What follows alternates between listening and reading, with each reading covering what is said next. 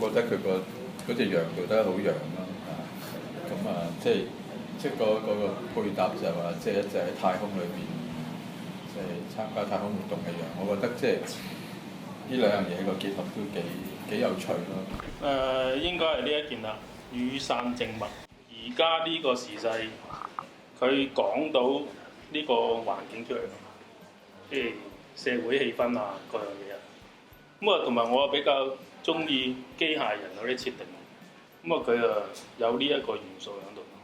咁同埋佢裏邊全部都你睇翻，佢係用呢個非暴力、和平、理性咁樣去，即係講翻而家呢個環境，即係時下呢個環境。如果我喜歡咧，就呢個機械人作品。咁無論佢個概念啦，佢講係拯救人類啊嗰啲，同埋佢唯一一隻咧係真係用廁紙筒，因為我哋嗰陣時小學生做功課都係用廁紙筒去整嘅一啲公仔。咁喺咁多年之後，亦都見到有啲人去用一啲廢物利用去做一啲咁嘅作品。而你乍眼睇佢唔知佢係廁紙筒，但係佢係殘留咗一啲感覺，令到你覺得真係原來用翻廁紙筒整嘅機械人都咁吸引。咁成件事係同埋佢哋做晒一啲舊化嘅效果咯。咁覺得係幾有心思嘅。就係呢個童夢嘅。咁我留意到呢幾屆嘅作品入邊咧，好多時咧，即係動漫節俾人感覺到好似好男性啊、好硬啊咁。咁我覺得呢幾年都開始引入咗啲即係由女性做主題，或者係用一啲兒童年嘅往事做主題嘅作品。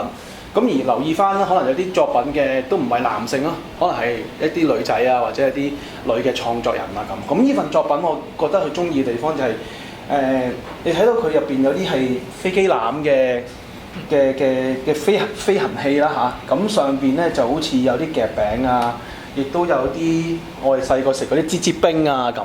咁我覺得將兒童細路嘅回憶融入咗一個角色入邊咧，我覺得呢個感覺幾好。其實我覺得佢個設計係好隨意啦。其實佢嘅主題都係講緊，因為佢有呢個咁嘅能力咧，即係可以隨意喐動適應唔同環境咧，即係去拯救人㗎嘛。其實佢係咁，所以我覺得佢呢個造型其實係幾有創意嘅。其實係同埋咧，佢唔係放另一個特定嘅形態俾我哋睇，係反而你會令到我或者其他人會有興趣。